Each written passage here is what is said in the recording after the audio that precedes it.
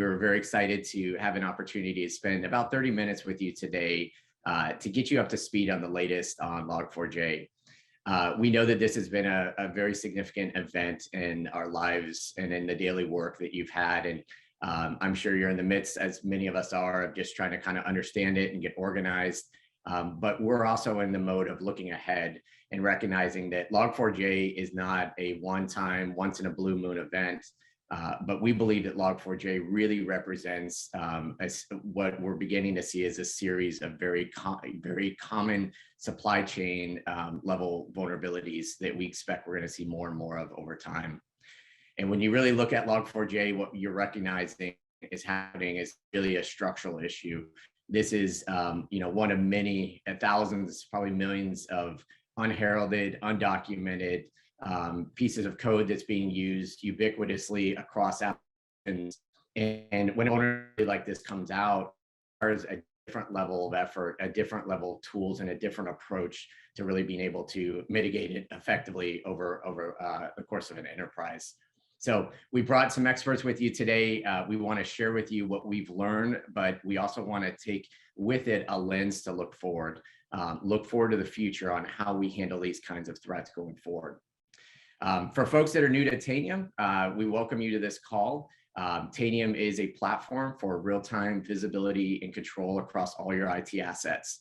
So we cover everything from IoT to OT to containers to virtualization to cloud to traditional assets. And when a Log4j kind of event arises, the area that we really focus in on within the platform is around areas such as threat hunting and risk and compliance management. And we're going to share with you kind of how that looks inside of the product as well. So without further ado, I want to go ahead and introduce my guests that have joined me on this call today. Chris Hollenbach, who's our Chief Information Security Officer at Tanium. Melissa Bishoping, who's our Endpoint Security Research Specialist.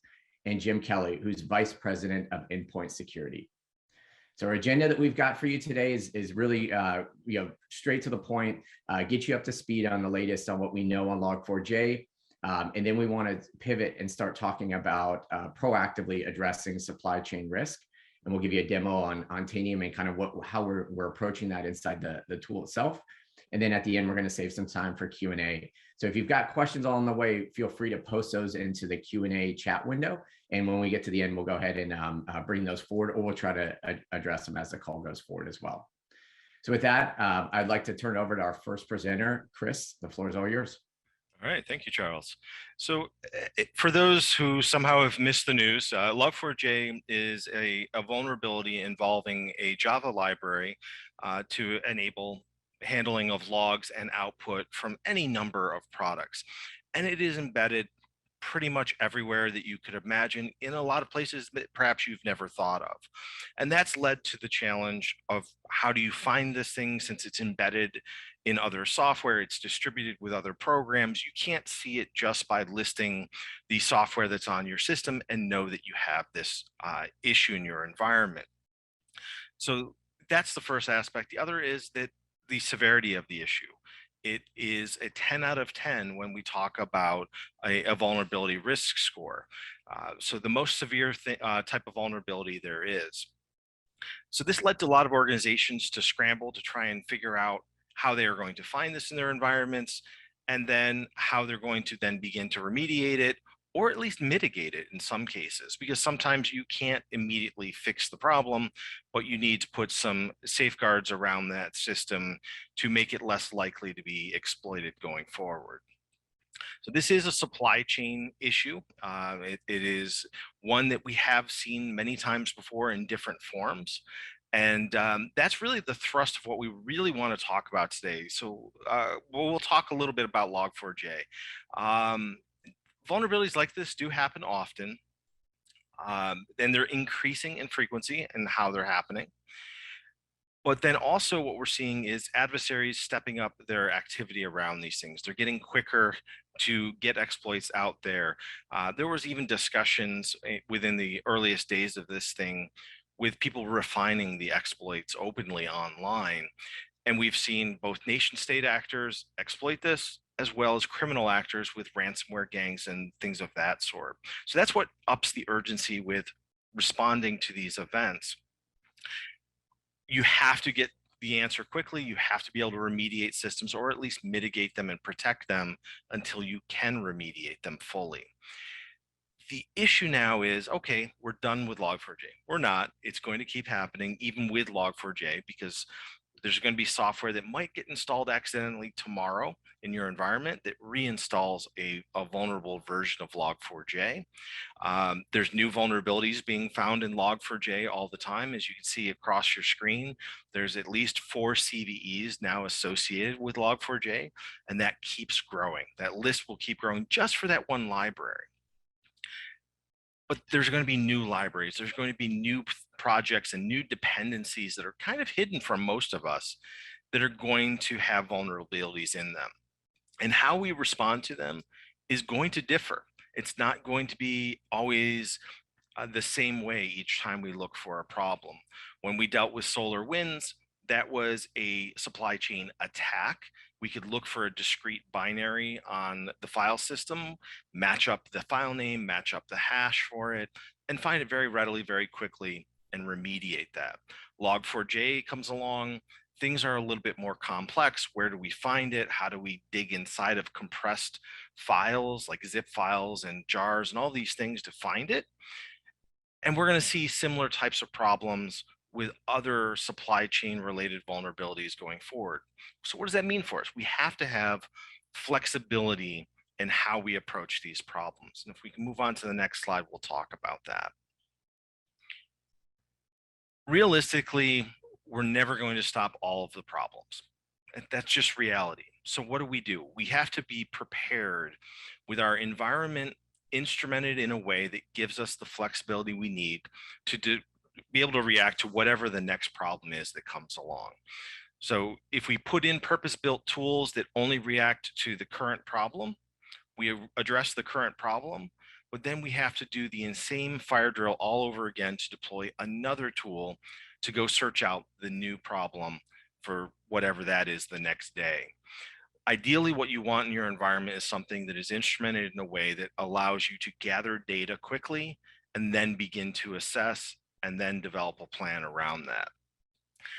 If it is something very straightforward, where you have specific indicators that you can look for a hash of some file, for example, or a string or some piece of text, or maybe in some cases you might get lucky and it is really as simple as looking at the list of installed applications in your environment and comparing to see whether you have that issue. Our asset module, things of that sort, help you to address that. Reveal, which is what we've been talking about largely for using to find Log4j embedded deeper into a system. And then using things like deploy to push out new versions of software to remediate those actual problems. Comply is going to help you out with finding whether or not you have vulnerable versions, maybe even tweaking some configurations to do some aspects of hardening, or at least identifying those issues so that you can then go harden. And then importantly, what about the machine you missed? Because despite working quickly, the attackers were faster. They got onto a system. You need ways of detecting whether or not they got there before you did. And that's where threat response comes in to identify those signs of exploitation. Realistically, it's all about having the infrastructure in place so that you don't have to scramble each and every time for one of these incidents. It becomes more of a routine muscle memory for your organization. So that's where I want to pivot now, is to Melissa and Jim, to talk about how we start to leverage that platform and that flexibility to respond to these events. Awesome. Thanks, Chris. So now that you've been through this Log4j scenario, and if you deployed Tanium and you had Reveal in your environment, you've already got that framework established to give you the flexibility to go out and quickly identify those issues. So I'm going to share my screen really quickly.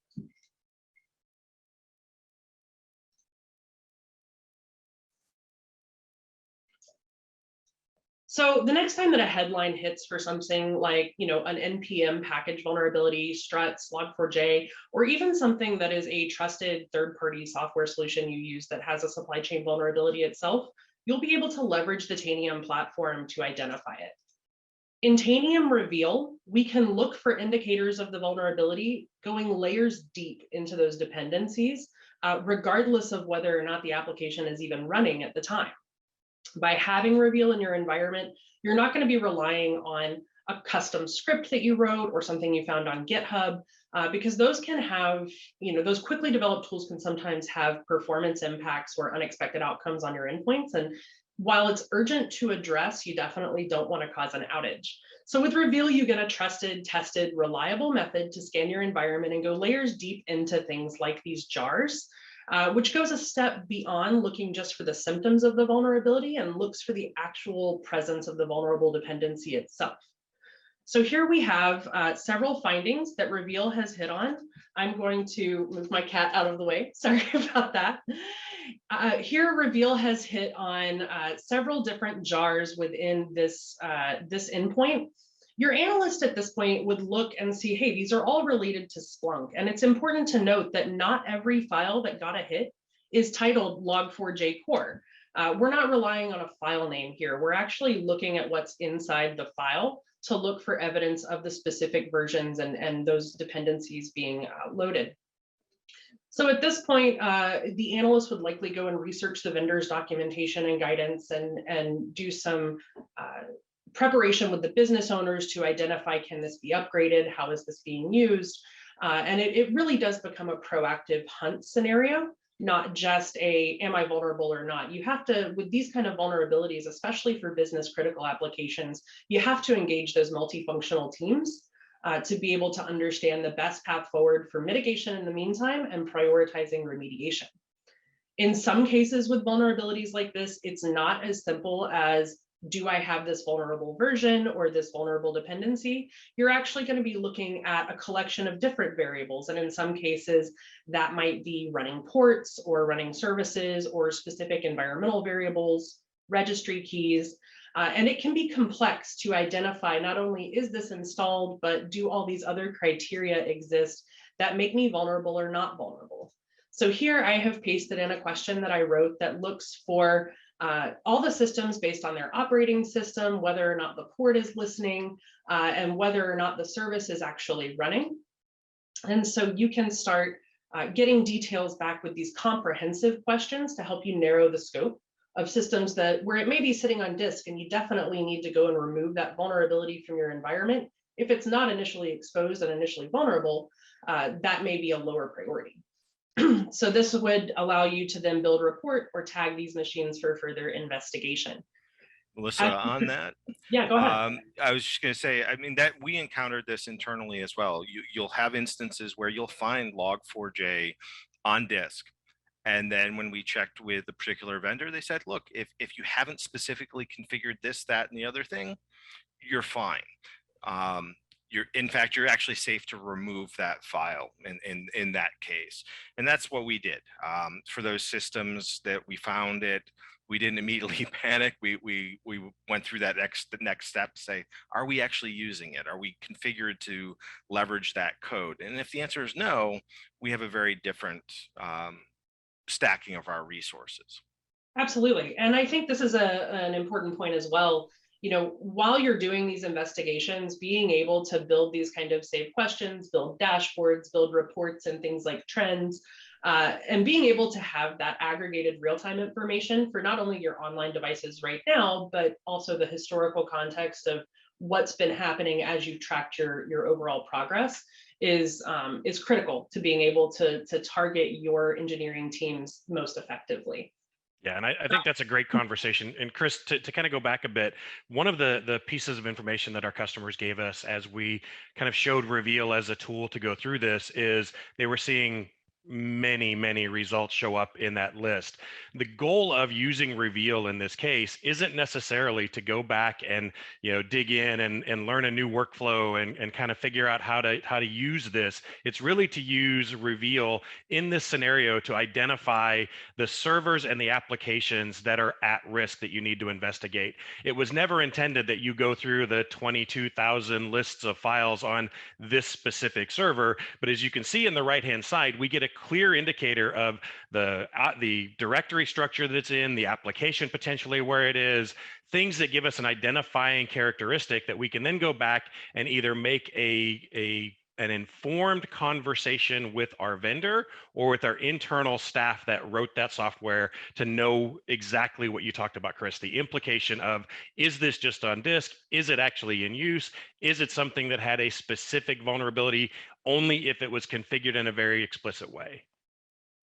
And even here, I've got an example where, Ghidra is an application that doesn't even show up as an installed application, but would be stored on disk. And if you're running a scanner against your environment, fuzzing for signs of the vulnerability or signs of exploitability, if the application isn't actively listening on a port that you're targeting at the time that you're running the scan, you're going to miss that.